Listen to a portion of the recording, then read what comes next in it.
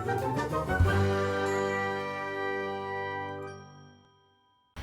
everyone, it's Anna from the Goldsboro Library, and we're back for another week of our fall programs. So today we're going to give parents some tips on playing with their children outside. We like to go outside, maybe play on a playground, but kind of doing more things, going into the woods or things like that can seem a little bit intimidating, and maybe you don't know where to start, where to go, what clothes to wear, like how can I do this if I never spent time in the woods myself or go outside that much myself? How do I do it with my children? So we have a special guest here today. My friend is Katie, so she's going to talk with us just a little bit about playing with our kids outside, especially really small ones. She's got our friend Miss Margaret here with us. Yeah. All right, so if you would tell people, like, where are you from?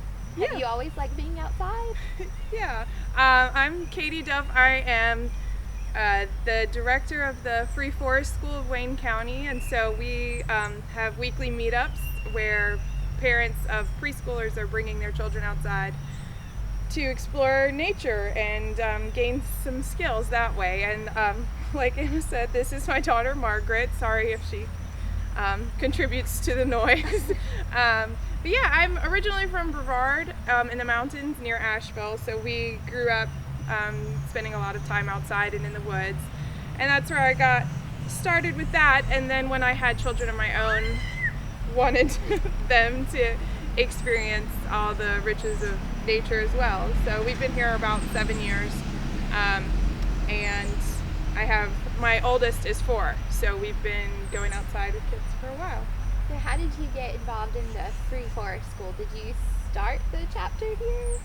My friend Jackie actually started the chapter, but she and I used to go out just as friends with our children who are both 4, and then we figured there had to be other people in the community that would be interested as well. And so Free Forest School is since it's a national program, people coming from other places, or you can Google it and find out more information. There's like a structure to the program already, so we decided we wanted to pursue that and try and reach out to other people. And then once we started the group, we had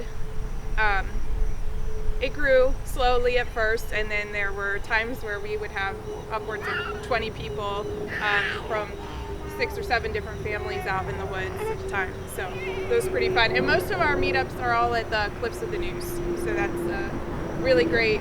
Yeah, even if you're not with our group, it's a great spot to take kids, and there's lots of really accessible trails and fun things for them to see and explore there. So what kind of things do children learn by being out in nature? That's a good question.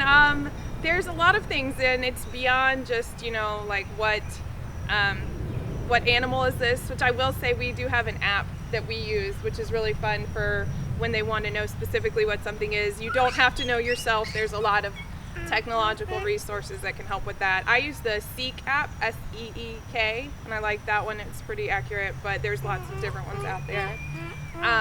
But beyond that, one of the things we really emphasize in Free Forest School is taking risks, and the things that children can learn from taking some risks. Of course you want your child to be safe, and you know what their abilities are. That should always be the priority, but there are a lot of things that they can learn from taking risks, and then eventually being able to overcome fears or gain new skills. My daughter Ada would go out and always want to climb this really difficult hill that you had to grab onto tree roots and things to get to the top, and she couldn't do it for the longest time, but we continued to go out there, and she continued to try, and eventually she did it. And she was really there's a lot of pride and different social skills and things like that they can learn that you wouldn't necessarily associate with just learning things about nature. There's lots of things they can learn. So for people who are used to maybe playing in their backyard or coming to the park to play at the playground, and if they wanted to go into the woods, what are some good places? You said the Cliffs of the Neuse. Is that y'all's favorite place to go play? Yes, we are actually in the Seven Springs area, so that is our most convenient spot, and it's my favorite, at least in the county, for getting out. But there's I know there's hiking trails in Old Waynesboro Park, and even just, allowing your child, if you're here, at the, near the library at the park here. Park. Thank you. Of course, I couldn't think of the name, Herman Park.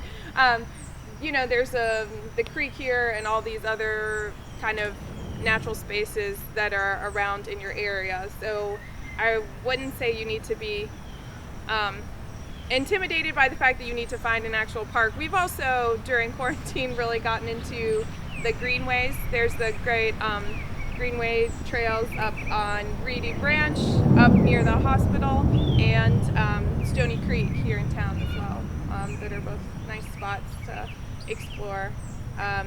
One thing we do love about the cliffs is that the trails are not paved, and so children feel a little bit more comfortable going off the trail. Though there's lots of poison ivy out there, so be careful where you do that.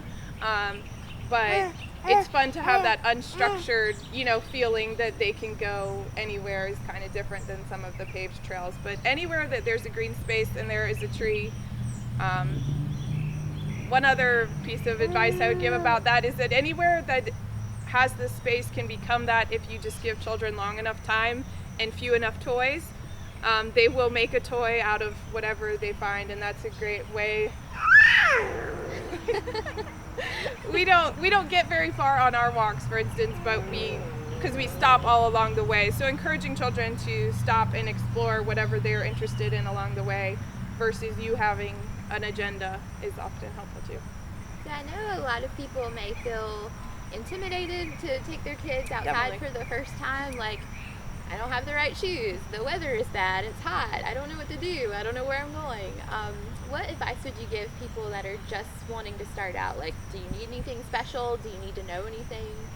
Yeah, so even not any clothes in particular, but extra clothes. If you just another set is always helpful, and then when they get wet or dirty and you don't want to put them back in the car that way, or they don't want to keep walking that way. My toddler loved to get in the water, but then immediately wanted to wear dry clothes after that. So those are always really helpful.